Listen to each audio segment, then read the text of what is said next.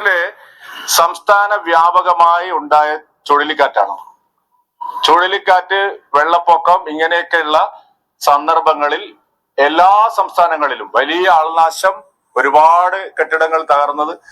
സുഹൃത്തുക്കളെ, പലപ്പോഴും ഒരു രാഷ്ട്രീയ മാന്യതയില്ലാത്ത, രാഷ്ട്രീയ ബഹുമാനം ഒട്ടും നമുക്ക് കൊടുക്കാൻ സാധിക്കാത്ത ഒരു നേതാവായിട്ട് എനിക്ക് പലപ്പോഴും തോന്നിയിട്ടുള്ളത് അത് കെ സുരേന്ദ്രനാണ്. വളരെയധികം വിയോജിപ്പുകൾ എനിക്ക് പലപ്പോഴും രാഷ്ട്രീയപരമായിട്ട് നമ്മുടെ കോൺഗ്രസ്സുകാരോടും ബി ജെ പിക്കാരും ഒട്ടുമിക്ക ആൾക്കാരോടൊക്കെ ഉണ്ട്. ഈവൻ കമ്മ്യൂണിസ്റ്റ് പാർട്ടിയിലെ പല നേതാക്കന്മാരോടും എനിക്ക് രാഷ്ട്രീയപരമായിട്ട് വിയോജിപ്പുകൾ നമുക്കുണ്ടായിരിക്കും. പക്ഷേ ഒരു തരത്തിലും മാന്യമല്ലാത്ത രീതിയിൽ പരിഹാസം മാത്രം ഒരു മുഖമുദ്രയായിട്ട് കൊണ്ടുനടക്കുന്ന ഏക നേതാവ് ഉണ്ടെങ്കിൽ അത് കേരളത്തിൽ കെ സുരേന്ദ്രൻ മാത്രമാണെന്ന് പറയേണ്ടി വരും. നമുക്കറിയാവുന്ന ഒരു കാര്യമുണ്ട്, കേരളത്തിന് വേണ്ടി, നമ്മുടെ വയനാടിന് വേണ്ടി 5 പൈസയ്ക്ക് സഹായം ഇതുവരെയും കേന്ദ്രം നൽകിയിട്ടില്ല എന്ന് മാത്രമല്ല, ഇവിടേക്ക് കേന്ദ്രസേന വന്നതിന്റെ, ഇവിടെ സഹായം എത്തിച്ചതിന്റെ, ഇവിടെ ഹെലികോപ്റ്റർ വന്നതിന്റെ, ഇവിടേക്ക് സൈന്യം ഇറങ്ങിയതിന്റെ ഭാഗമായിട്ട് 150 കോടി രൂപ അങ്ങോട്ട് കൊടുക്കേണ്ട ഒരു ഗതികേടിലാണ് ഇപ്പോൾ കേരളം വന്നെത്തി നിൽക്കുന്നത്. ഈ ഒരു സമയത്ത് ഇതുമായുള്ള ചോദ്യം ചോദിക്കുന്ന സമയത്തുള്ള പരിഹാസം, കെ സുരേന്ദ്രന്റെ പരിഹാസം, പച്ച മലയാളത്തിൽ പറയാലോ, അസല് വൃത്തികെട്ട ഒരു രാഷ്ട്രീയ നേതാവിന് ഒട്ടും ചേരാത്ത ഒരു പരിഹാസ വർത്തമാനം നമുക്ക് അദ്ദേഹത്തിന്റെ മുഖത്ത് കാണാൻ സാധിക്കും. അദ്ദേഹത്തിന്റെ വാക്കുകൾ നമുക്കത് കൃത്യമായിട്ട് തെളിവോടെ കാണാൻ സാധിക്കും. എന്നാൽ ഇപ്പൊ ഞാൻ കാണിച്ചിരുന്നത് അതുപോലത്തെ ഒരു പരിഹാസ വർത്തമാനാണ്. ഒന്ന് കേട്ടു നോക്കണം. എന്തുകൊണ്ട് കേരളത്തിന് സഹായം ലഭിക്കുന്നില്ല എന്ന് ചോദ്യം ചോദിക്കുന്ന സമയത്ത് മാധ്യമപ്രവർത്തകരോട് ഇദ്ദേഹം ന്യായീകരിക്കുന്ന ന്യായീകരണം കേട്ടോളണം.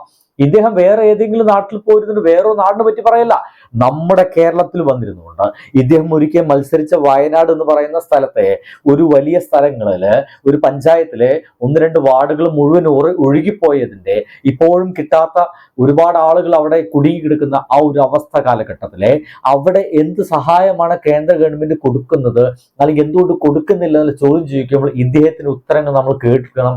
ഇത് മലയാളികൾ മുഴുവൻ കേൾക്കണം എന്നുള്ളൊരു ആഗ്രഹമുണ്ട്. കാരണം അസല് പരിഹാസമാണ്. തമിഴ്നാട്ടിലെ സംസ്ഥാന വ്യാപകമായി ഉണ്ടായ ചുഴലിക്കാറ്റാണ്. ചുഴലിക്കാറ്റ്, വെള്ളപ്പൊക്കം ഇങ്ങനെയൊക്കെയുള്ള സന്ദർഭങ്ങളിൽ എല്ലാ സംസ്ഥാനങ്ങളിലും വലിയ ആൾനാശം, ഒരുപാട് കെട്ടിടങ്ങൾ തകർന്നത്, അങ്ങനെയുള്ള സ്ഥലങ്ങളിലെല്ലാം. എന്തായാലും സ്റ്റാലിൻ BJP സർക്കാരിന്റെ സഖ്യകക്ഷിയൊന്നും അല്ലല്ലോ, പിണറായി വിജയന്റെ വളരെ അടുത്ത ആളല്ലേ. അപ്പൊ അത്തരം സംസ്ഥാനങ്ങളിൽ ആകെയുള്ള കൊടുക്കേണ്ട പണത്തിന്റെ 1% മുൻകൂറായിട്ട് കൊടുക്കും. അതായത് ഇത്ര സംസ്ഥാനങ്ങളൊക്കെ മുൻകൂറായി കൊടുത്തിട്ടുണ്ട്. ഇപ്പോഴും കേരളത്തിന് എന്തുകൊണ്ട് കിട്ടുന്നില്ല, എന്തുകൊണ്ട് കേരളത്തിന് കൊടുക്കുന്നില്ല? ഈ ഒരു ചോദ്യം ചോദിച്ചപ്പോൾ അതിന് ഉത്തരം പറയില്ല. അതിന് പകരമായിട്ട് ഇവര് 50 അങ്ങോട്ട് കൊടുത്തതിന്റെ 25 ഇങ്ങോട്ട്, 25 അങ്ങോട്ട് കൊടുത്തതിന്റെ 75 അങ്ങോട്ട് എന്നീ തരത്തിലുള്ള വർത്തമാനങ്ങളെ പറയുള്ളൂ എന്നുള്ളതാണ്. ഇപ്പോഴും കൃത്യമല്ല ഇവർ വാക്കുകളില്, ഇവർ ഉത്തരങ്ങളില്. കേരളത്തെ സംബന്ധിച്ചിടത്തോളം കേരളത്തിന്റെ ദുരന്ത പ്രതിരോധത്തിനും ദുരിതാശ്വാസ നടപടികൾക്കും ചെലവഴിക്കാൻ ഇപ്പോൾ ആവശ്യമായ തുക സംസ്ഥാന ഗവൺമെന്റ് കയ്യിലുണ്ട്. ബെസ്റ്റ് ഇപ്പൊ തീരുമാനിച്ചു കഴിഞ്ഞു, ഇദ്ദേഹം ഉറപ്പിച്ചു കഴിഞ്ഞു. കേരളത്തിലെ ആ ഒരു വയനാട് ദുരിതബാധിത പ്രദേശത്ത് സഹായിക്കാനുള്ള തുക കേരളത്തിന്റെ കയ്യിലുണ്ട്. ഇനി നിങ്ങൾ BJP-ക്കാർ ചെയ്യേണ്ടത് ദയവ് ഇതൊന്ന് ഒഴിഞ്ഞു മാറി തരിക. ഇനി കേരളം ചെയ്തുകൊണ്ടിരിക്കുന്ന ഇത്തരം ദുരിതാശ്വാസ പ്രവർത്തനങ്ങളിൽ നിങ്ങളെ വായിട്ട് അലക്കാതിരിക്കുക. കാരണം നിങ്ങൾ ഇതിൽ നിന്ന് ഒഴിവാക്കി കഴിഞ്ഞു. നിങ്ങൾ ഇനി കളത്തിലില്ല. BJP-ക്കാർ പറയുന്നു ഇവിടെ ചെലവഴിക്കാനുള്ള തുക നമ്മൾ ഇവിടുത്തെ LDF സർക്കാരിന്റെ കയ്യിൽ ഉണ്ട് എന്ന് അവർ പറഞ്ഞു കഴിയുകയാണെങ്കിൽ ഓക്കെ ഫൈൻ, ഇതെല്ലാം തീരുമാനമായിരിക്കുന്നു. ഇനി BJP-ക്ക് ഇവിടേക്ക് ഒരു പങ്കുമില്ല എന്ന് പറയേണ്ടി വരും. കാരണം കേന്ദ്ര ഗവൺമെന്റ് എന്തായാലും BJP കൊണ്ടുവന്ന് നമുക്ക് ഫണ്ട് തരുന്ന പോലെയല്ലേ. നമുക്ക് അവകാശപ്പെടുന്ന ഒരു ഫെഡറൽ സിസ്റ്റത്തിന്റെ ഭാഗമായിട്ട് കേരള ഗവൺമെന്റിന് അവകാശപ്പെടുന്ന തുക മാത്രമാണ് ചോദിക്കുന്നത്. അതുപോലും തരാതെ ഇത്രയ്ക്ക് മുട്ടാൻ ന്യായങ്ങളൊക്കെ പറഞ്ഞ് മുന്നോട്ട് പോവുക എന്ന് മാത്രമാണ് കെ സുരേന്ദ്രന്റെ പരിപാടി.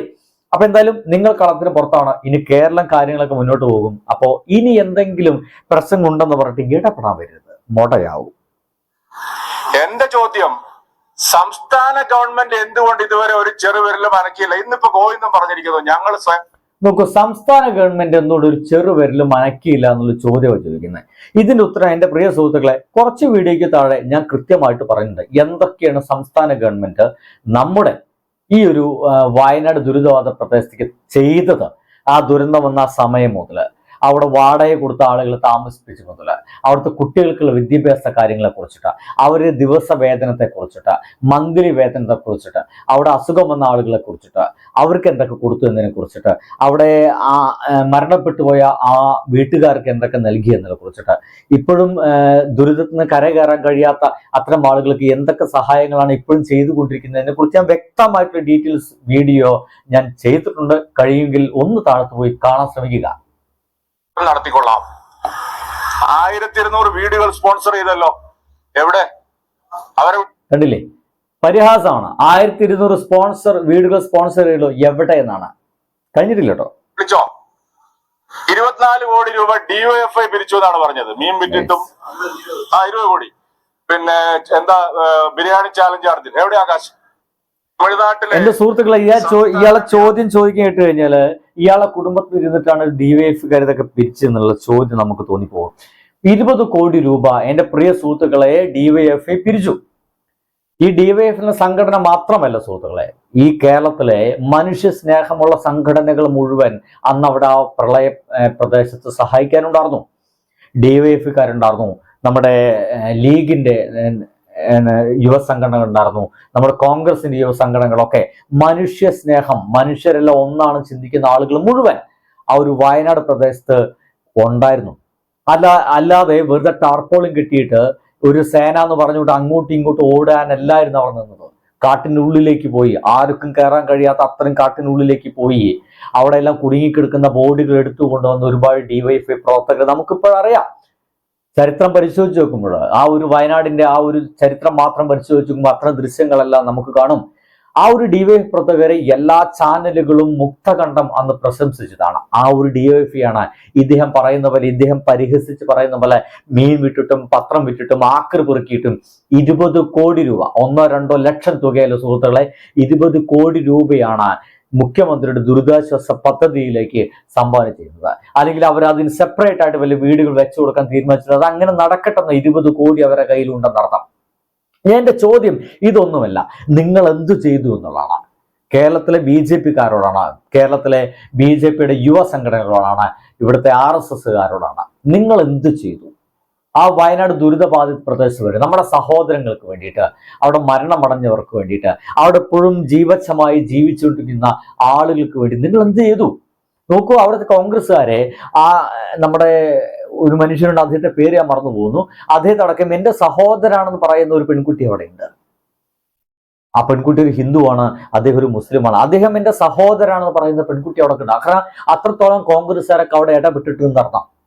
ലീഗുകാരൊക്കെ ഈ ഭക്ഷണ കാര്യങ്ങളൊക്കെ ലീഗുകാരുടെ ഇടപെട്ട് അടിപൊളിയായിരുന്നു, ഒരു രക്ഷയില്ല. അവരൊക്കെ നമ്മൾ സമ്മതിച്ചു വെക്കും.